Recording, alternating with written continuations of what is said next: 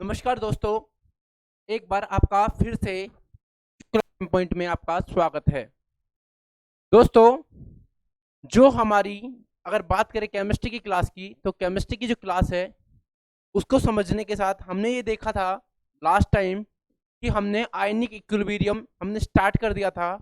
और ionic equilibrium में हमने जो टॉपिक पढ़ा था वो था इलेक्ट्रोलाइट्स, बोले तो विद्युत अपघटय, जिसमें आपने दो प्रकार के विद्युत अपघटय पढ़े, एक प्रबल विद्युत अपघटय, एक दुर्बल विद्युत अपघटय। बात समझ में आ रही है मेरी? अगर बात करें इसकी, तो हमने प्रबल विद्युत अपघटों के बाद वियोजन स्थिरांक की ज्ञात कर ली थी, वियोजन की मात्रा तथा वियोजन की मात्रा को प्रभावित करने वाले कारक। हमारा जो लास्ट टॉपिक चल रहा था वो था वियोजन की मात्रा को प्रभावित करने वाले कारक। क्या था? वियोजन की मात्रा को वियोजन की मात्रा को प्रभावित करने वाले कारक।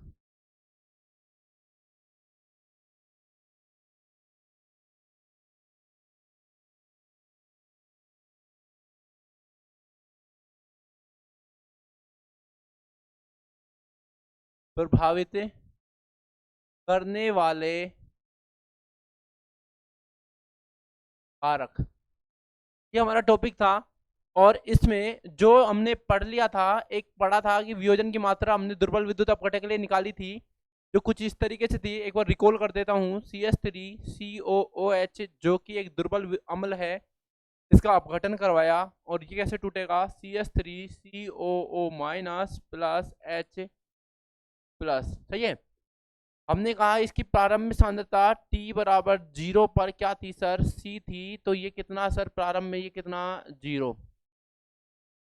T समय पश्चात ये टूट गया, और कितना टूट गया सर? C में से C अल्फा टूट गया। तो ये सर कितना बन गया? C alpha. और ये कितना बन गया? C alpha. बात समझ में आई? अगर हमने यहां से के ए निकाला, क्या निकाला? के ए, जिसे बोलेंगे क्या? वेग स्थिरांक, वियोजन वेग स्थिरांक, वेग स्थिरांक। सही है। ये ए निकाला, और वो क्या निकाला? याद कीजिएगा, सी एल्फा इंटू सी एल्फा बटे सी वन माइनस एल्फा। सही है। और यहां से हमारा के ए का मान आया था, आपको पता है, सी एल्फा स्क्वायर, जो कि हमने लास्ट वीडियो में देखा था। सही है। मेरी बात समझ में आई? अगर यहां से आपने वियोजन की मात्रा पढ़नी है सर, क्या पढ़नी है? वियोजन की मात्रा। भाई, वियोजन की मात्रा को प्रभावित करने वाले कारक हैं वियोजन की मात्रा।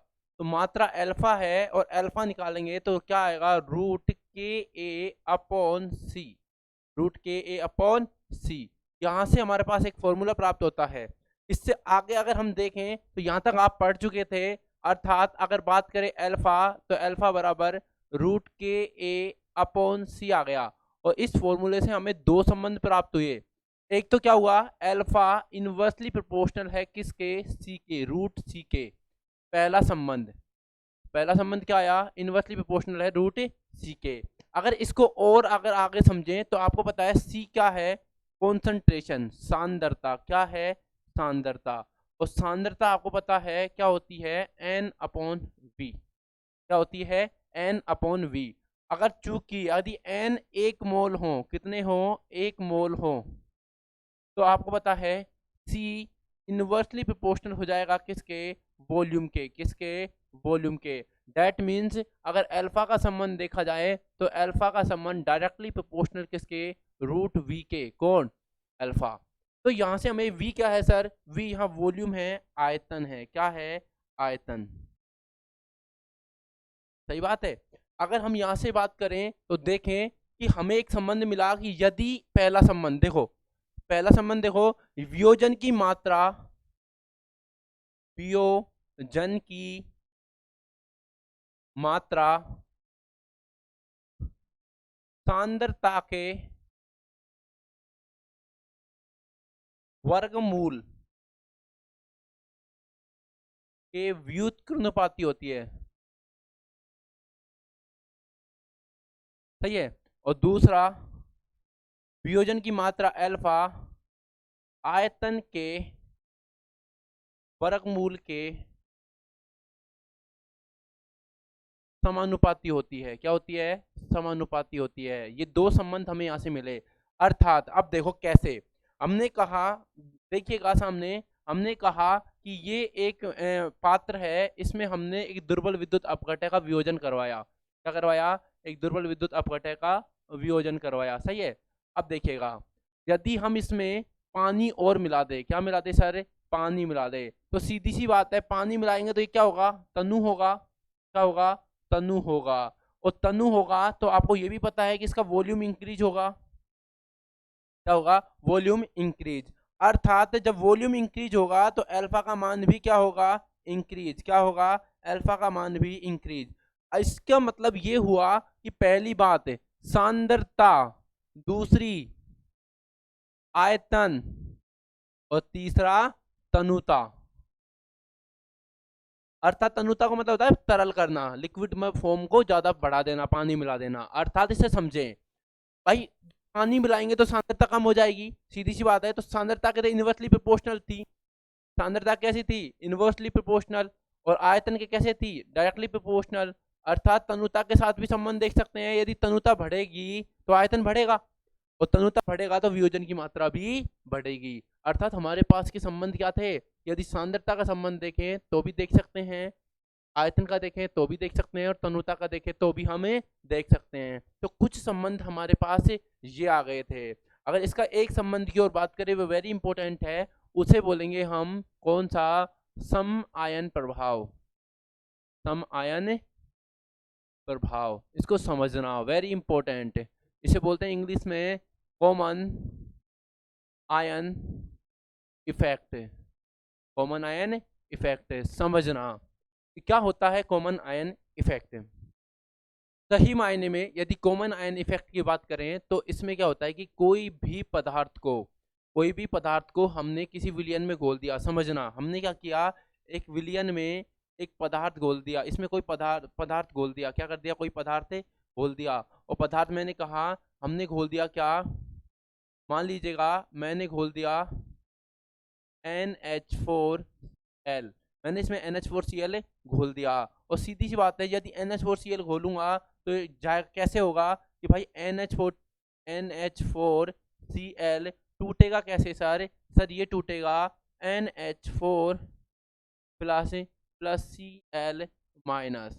यही बात है, तो ठीक है। अब समझे मेरी बात। इसके बाद क्या समझेंगे, देखें, हमने इसमें NH4Cl घोल दिया, लेकिन घोलने के पश्चात हमने क्या किया? इसमें एक इसके समान कोई एक आयन, जिसमें एक आयन क्या हो? समान, NaCl डाल दिया। क्या डाल दिया?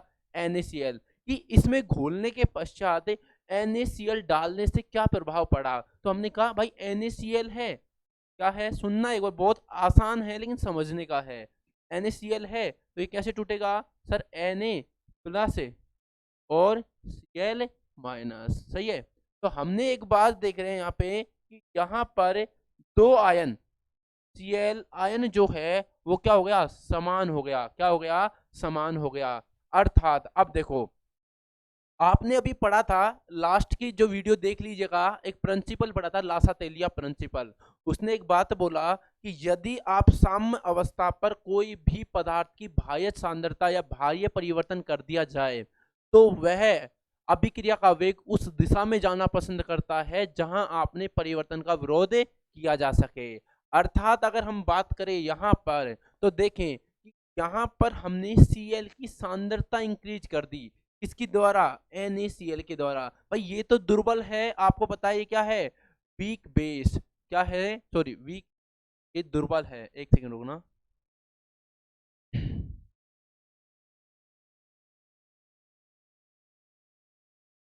अगर हम बात करें इसकी तो देखो ये क्या है? दुर्बल, weak base plus strong acid. जबकि यहाँ हमने क्या डाला है? Strong acid plus strong base. सही है।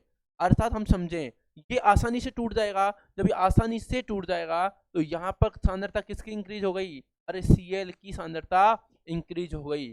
अब सांद्रता इंक्रीज होने की वजह से, सांद्रता इंक्रीज होने की वजह से देखो हुआ क्या? सांद्रता जैसे ही इंक्रीज हुई तो ये सांद्रता इंक्रीज होने की वजह से ये अभिक्रिया बैकवर्ड दिशा में चली जाती है। किधर चली जाती है?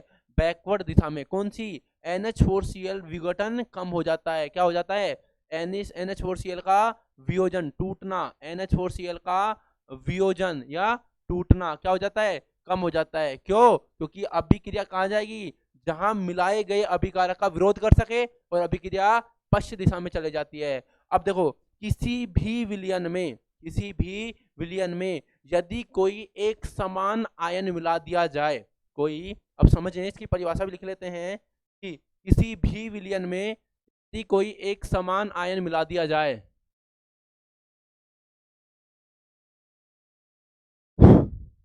कि क्या? किसी भी विद्युत अपघटय के विलयन में, विद्युत अपघटय के विलयन में यदि कोई समान आयन मिला दिया जाए, समान आयन मिला दिया जाए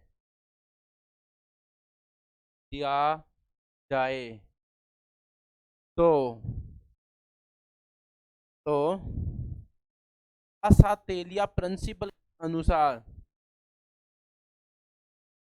सिद्धांत के अनुसार,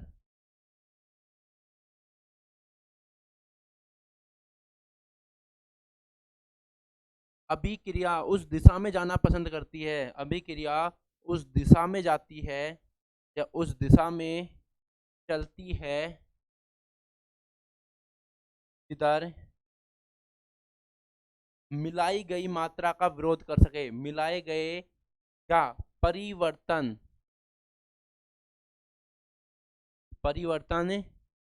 का विरोध किया जा सके। विरोध किया जा सके, ये ही क्या है? सही है। इसकी वजह से क्या हुआ? अब देखें, एक बार देखें, इसकी वजह से क्या हुआ?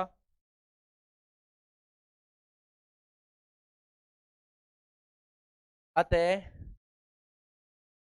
आयन की सांद्रता, समान आयन की सांद्रता बढ़ने पर, समान आयन सांद्रता बढ़ने पर अभिक्रिया पश्चिम दिशा में चली जाती है।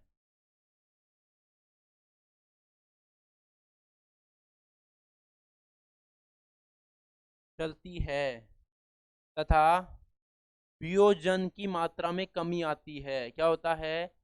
वियोजन की मात्रा में कमी आती है। सही है। ये क्या है? ये आप देख लीजिएगा कि आपने ये मिलाया और मिलाने से क्या हुआ? इसकी मात्रा में कमी आ गई। एक और एग्जांपल से समझेंगे, देखें। एग्जाम्पल कुछ इस तरीके से, ये हमने कहा CH3COOH ले लिया। सुनना, CH3COH ले लिया और ये टूटा, इसमें CH3OO minus plus H plus. सही है। अगर यह मान लीजिएगा, यदि हम इसमें क्या मिला दें? यदि हम इसमें HCl मिला दें, क्या मिला दें? HCl, तो HCl टूटेगा कैसे भाई? H पहले कैसे टूटेगा? देखो, L minus plus H plus. और यदि हम इसमें एक तो या तो यह मिला दें या दूसरा समान आयन, देखो इसमें आयन, देखो ये और ये समान है और ये समान है। यदि दूसरा कैसे समान हो सकता है? यदि इसमें मैं क्या मिला दूं? COONH4 के मिला दूं, तो इसमें देखो ये क्या है? समान आयन। क्या है? समान आयन। तो ये कैसे टूटेगा? CH3OO minus plus NH4 plus. दो कंडीशन हो सकती है। पहली कंडीशन ऊपर है, दूसरी कंडीशन सेकंड नंबर। ये पहली कंडीशन, देखें इसको। यहाँ हमने देखा कि यहाँ पर H की सांद्रता क्या हो गई? समान। और जैसे ही H की सांद्रता इंक्रीज हुई और अभिक्रिया कहाँ चली जाएगी? पश्चिम दिशा में चली जाएगी। और जो ये टूट रहा था, जो इसका वियोजन हो रहा था, तो सम आयन प्रभाव की वजह से इसका वियोजन कम हो जाता है। क्या हो जाता है? कम हो जाता है। इसी प्रकार यदि हम यहाँ देखें तो यहाँ भी एक समान आयन है ये, और ये समान आयन की वजह से देखो इसका, और एक सेकेंड ऐसा कर दूं मैं, इसका और इसका आयन क्या हो जाता है, समान हो जाता है। और ये सांद्रता इंक्रीज होने से अभिक्रिया कहाँ चली जाती है, फिर वापस पश्चिम दिशा में चली जाती है। और ये भी क्या है, समान आयन प्रभाव। क्या, समान आयन प्रभाव। बात समझ में आई, समान आयन प्रभाव, इसे ही बोलते हैं हम कॉमन आयन इफेक्ट। क्या बोलते हैं डियर, कॉमन आयन इफेक्ट। सही है। अगर हम इसमें आगे बात करें इसकी, तो हम इसके वियोजन की मात्राएं बात करेंगे, किसकी, वियोजन की। तो उसको समझने के लिए हम एक हमारा जो नया टॉपिक यहाँ पे हम स्टार्ट करने वाले हैं वो है जल का आयनन स्थिरांक। क्या, जल का आयनिक गुणनफल, ऐसा बोल सकते हैं, आयनिक गुणनफल।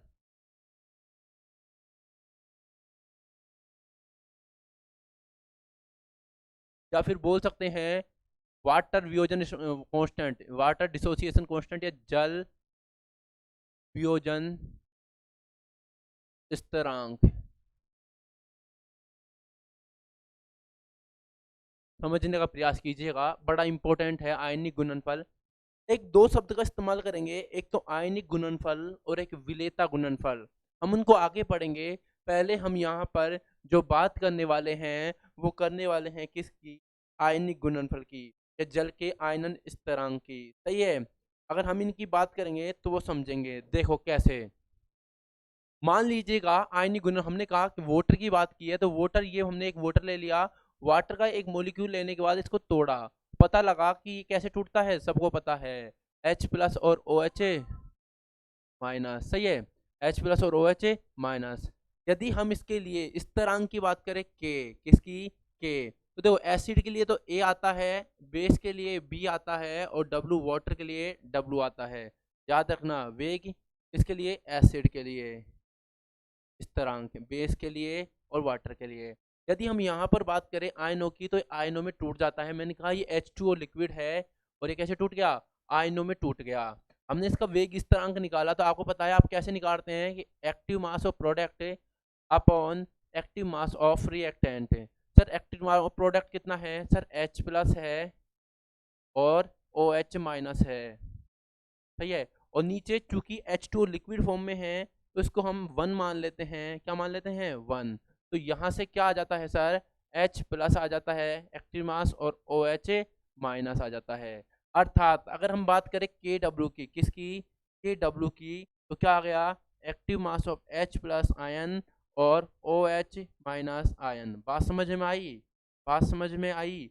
ये क्या है, आयनिक स्थिरांक या जल का वियोजन स्थिरांक। क्या है, वाटर डिसोसिएशन कांस्टेंट। क्या, वाटर डिसोसिएशन कांस्टेंट। सही है।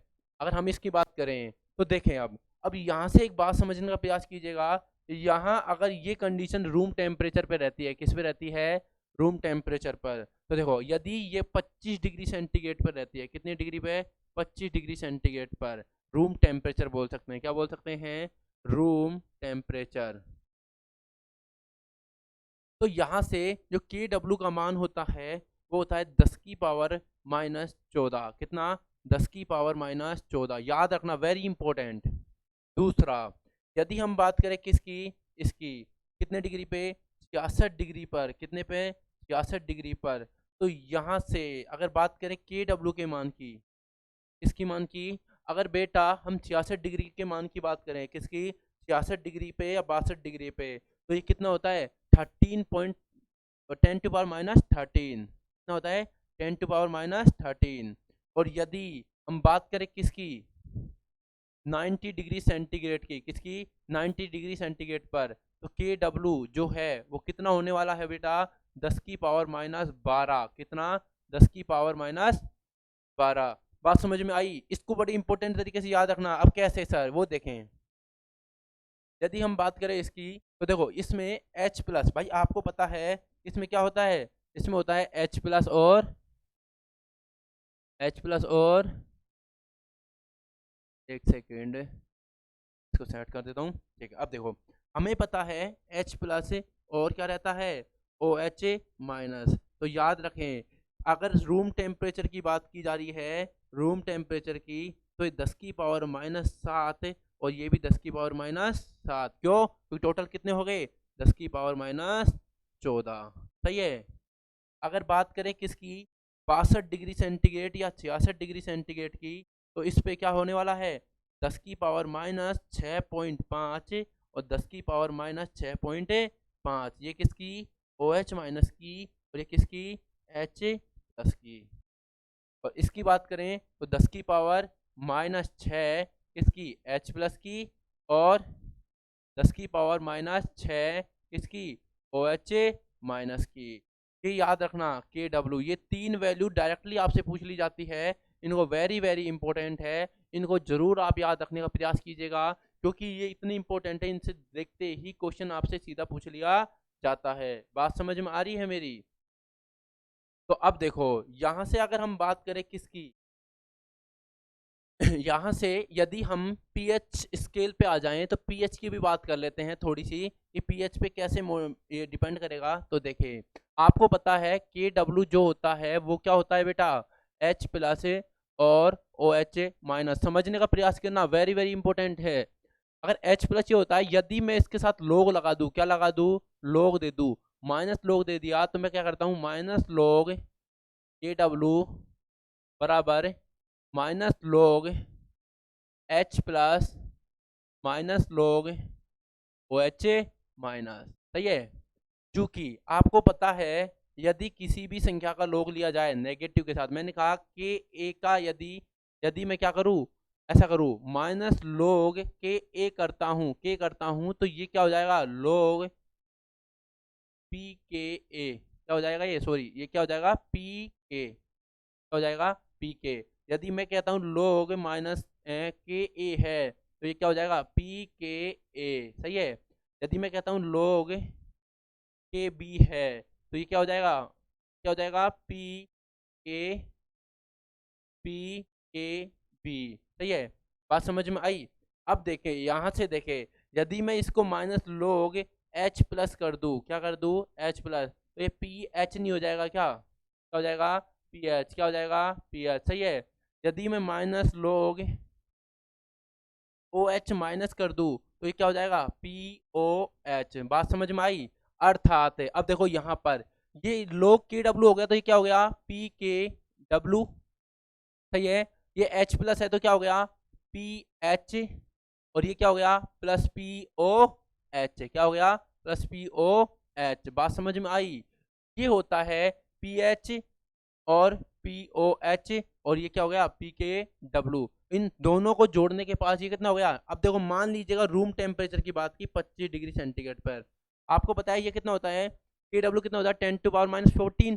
तो हमने कहा माइनस लोग 10 टू पावर -14, और ये कितना सर माइनस लोग, आपको बताया था अभी 10 की पावर -7, और यहाँ भी बताया था माइनस लोग 10 की घात -7। सही है। अब इन दो को लोग को करेंगे कन्वर्ट तो 14 का माइनस के साथ आगे आ जाएगा, तो ये कितना हो गया 14, ये कितना हो गया 7 प्लस ये कितना हो गया 7। अर्थात समझने का प्रयास कीजिएगा, पीएच टोटल कितनी हो गई 14। और आपको पता है जब आपने हाइड्रोजन आयन पढ़ा था वो पीएच स्केल पढ़ोगे तो यहाँ 7 आ जाएगी, यहाँ 14, और यहाँ 0 से स्टार्ट कर देंगे या 1 से स्टार्ट कर देंगे। सही है, 1 से स्टार्ट कर देंगे। अब देखें समझें इसको कि पीएच डिपेंडेंट ऑन किस पे H प्लस आयन पे, क्योंकि पीओएच डिपेंडेंट किस पे OH आयन पे। याद रखना इसके अगला जो टॉपिक है वो हमारा पीएच का रहने वाला है, किसका पीएच का। लेकिन एक बात समझे, अगर यहाँ H प्लस ज़्यादा हो जाए, H प्लस से ज़्यादा हो जाए तो सीधी सी बात है ये तो सेम रहने वाला है, तो ये कम हो जाएगा। अगर ये ज़्यादा हो जाए तो ये कम हो जाएगा। तो हम इस एसिडिटी और अम्लीयता और क्षारीयता एसिडिटी और बेसिसिटी की बात करेंगे, तो उन पे यहाँ पर इस फैक्टर पे हम कल काम करने वाले हैं। तो यहाँ तक का जो पोर्शन है मेरे हिसाब से आपको समझ में आया होगा। और इसके बाद जो अगला टॉपिक है वो पीएच है। पीएच स्केल हम साथ के साथ पढ़ेंगे, लेकिन आपको एक बात बता दी जा रही है कि आपके लिए खुशखबरी की बात यह है कि एनसीईआरटी का NCERT मैं बता देता हूँ आपको, एक नया सिस्टम लॉन्च कर रहे हैं कि NCERT की हिंदी मीडियम और इंग्लिश मीडियम, कौन सी? हिंदी मीडियम और इंग्लिश मीडियम।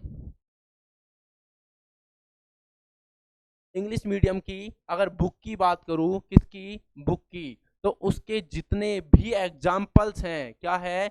एग्जाम्पल्स हैं, याद रखना। उनको आपको पूरी तरीके से किस तरीके से करना होगा, किस तरीके से सोल्व किया जाएगा, स्लाइड्स के रूप में आपको पूरा करवाया जाएगा विद थ्योरी कि कितना क्या लिखना है, कैसे लिखना है, उसको आपको समझाया जाएगा।